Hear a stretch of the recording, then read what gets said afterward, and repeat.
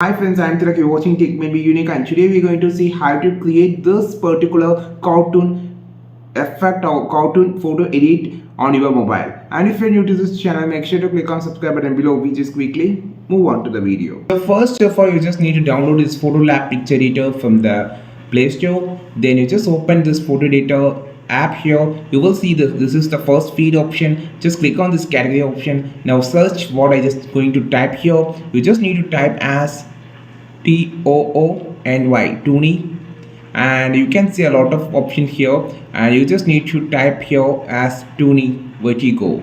So this is a application, this is the filter that exactly changes our image to the cartoonize. Just click on this image and select the image that you just need to make it as look like a cartoonize. Just select it, then click on this next option to process. You can just flip, crop, and every options are here. Just click this dot option on the top and click on the save to device, and you can see an option on the downside called download. Just click this, which actually save the image to your mobile, and you can directly share to the Instagram, Facebook if you want. This is simple how you create a cartoonize effect using this app for free.